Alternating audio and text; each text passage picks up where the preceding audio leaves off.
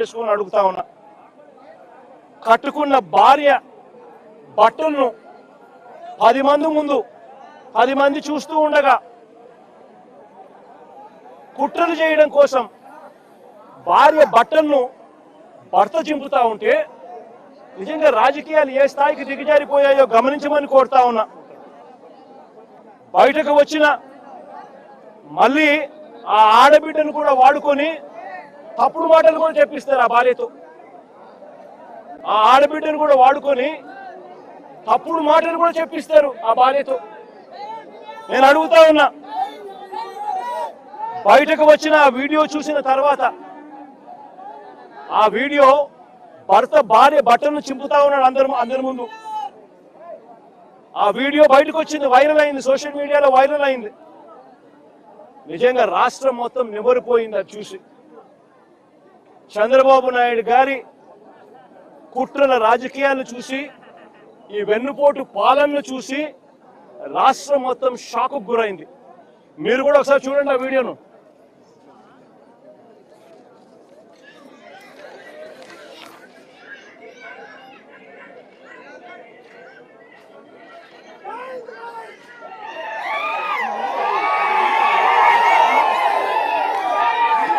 మళ్ళా ప్లే చేయి.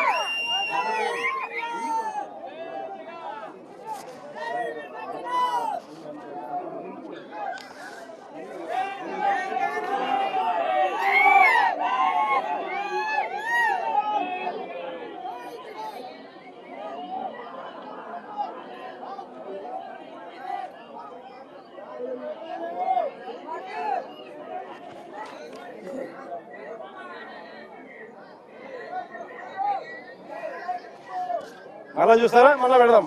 మళ్ళా పెట్టు. ఈ పక్క చూపి.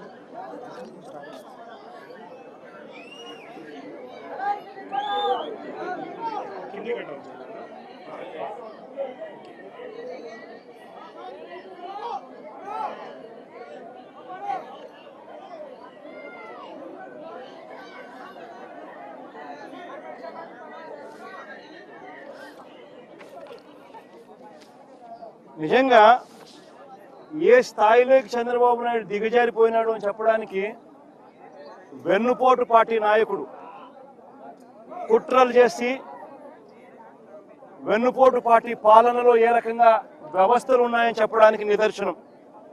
ఇది చేసి ఎమ్మెల్యే మీద ఎస్సీ ఎస్టీ కేసు, ఇది 2వ కేసు. ఎమ్మెల్యే మీద పెట్టిన ఇది 2వ కేసు, 2వ అక్రమ కేసు.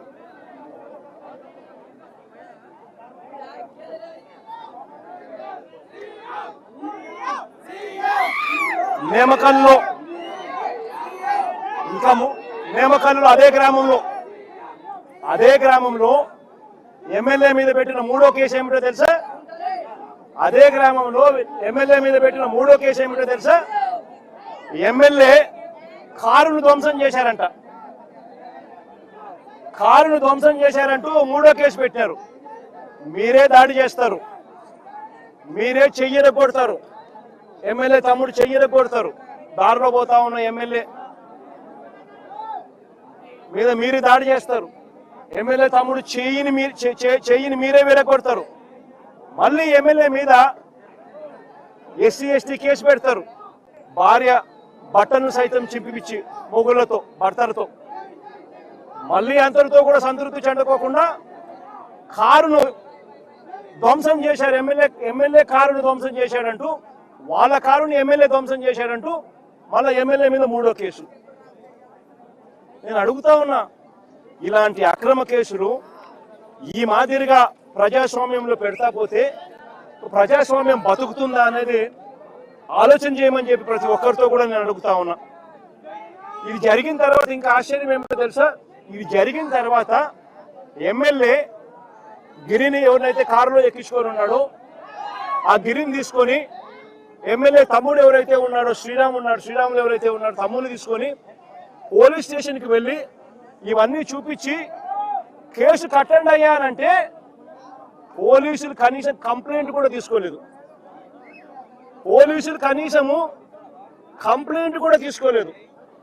అంటే ఒక నష్టపోయిన వ్యక్తి పోలీస్ స్టేషన్కి వెళితే ఆ గిరిని తీసుకొని ఆ కార్యకర్తను తీసుకొని పోయి వాళ్ళ సొంత తమ్ముడు ఎవరైతే చెయ్యి విరిగిపోయిందో తమ్ముడు తీసుకొని పోయి కంప్లైంట్ ఇవ్వడానికి పోలీస్ స్టేషన్కి పోతే కనీసం ఎమ్మెల్యే స్థాయి వ్యక్తి వచ్చి కంప్లైంట్ రిజిస్టర్ చేయాలనుకున్నా కూడా కనీసం కంప్లైంట్ కూడా తీసుకొని పరిస్థితిలో ఈ రాష్ట్రంలో పోలీస్ స్టేషన్లు పనిచేస్తా ఉన్నాయి అని అంటే ఇక సామాన్యుడు ఎవడైనా పోలీస్ స్టేషన్కి పోయే పరిస్థితి ఈ రాష్ట్రంలో ఉందా అన్నది ప్రతి ఒక్కరూ కూడా ప్రజాస్వామ్యవాదులందరూ కూడా ఆలోచన చేసుకోవాలని చెప్పి ఈ సందర్భంగా నేను ప్రతి ఒక్కరితోనూ కోరుతా ఉన్నా. ఇది నాలుగవ తప్పిదం. కేసు సైతం కంప్లైంట్ సైతం తీసుకునే దానికి కూడా పోలీస్ స్టేషన్లో వెళ్ళి తాను అడిగినా కూడా కనీసం పోలీస్ స్టేషన్లో కంప్లైంట్ కూడా తీసుకునే పరిస్థితి ఉండడం 4వ తప్పిదం. 5వ తప్పిదం ఏమిటో తెలుసా?